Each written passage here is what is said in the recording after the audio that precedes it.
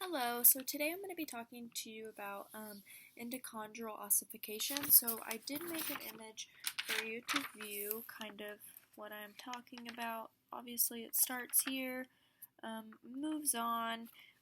We have what is called the haline cartilage. So with the haline cartilage, that is, it provides support and the flexibility for the body to move.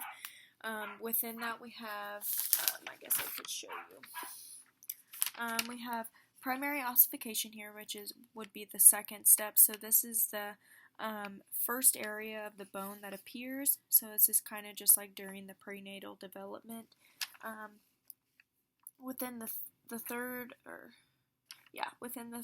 phase, we have the periosteal. So this is like the protection for like the blood supply for nutrients, which is highly important in the prenatal part.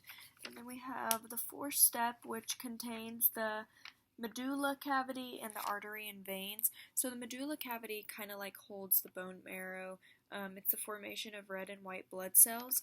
And then you have the artery and veins, which is self-explanatory, just carries the blood and pumps it. So one takes it away and one transports from the heart, and then the other one transports to the heart. And then up here we have, on the last stage, we have spongy bone here, which is just like self-explanatory. It's spongy, it makes and stores bone marrow for the body. And then we have the outer layer, which is the articular cartilage. So this is smooth and lubricated for supply of fusion articulation. Yeah, my nose is itching. And then we have the epiphyseal plate, which is, I kind of made it a bit bolder so you can see it, it would stick out. This is what we would call bone growth. And then we have compact bone, which is again self-explanatory. It just provides protection and strengthens pretty much the bones within the body. So that's what I have for that one, for the endochondral ossification. And then for the next one, I have bone repair. So I did draw the best images I could of different kinds of bone repairs, such as if you were to be in an incident. So we have what is called right here, it's called a hematoma. So that is just a big collection of blood within the area that may have gotten injured. And then we have in the second image, we have where new blood cells are forming. So this is just healthy vessels that eventually start to repair and become into a more solid foundation for the body. And then we have external callus. So this like stabilizes the outer edges of the bone, just makes it more sturdy, more prominent. And then we have again the spongy bone trabecula. So this is kind of where the side, it's just more of like a compression, and it bears like tension.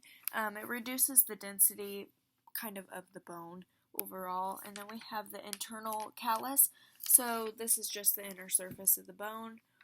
And then for part C, which would be the third step in the bone, we have what we call bony callus.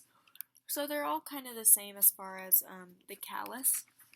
Like, they all contain callus.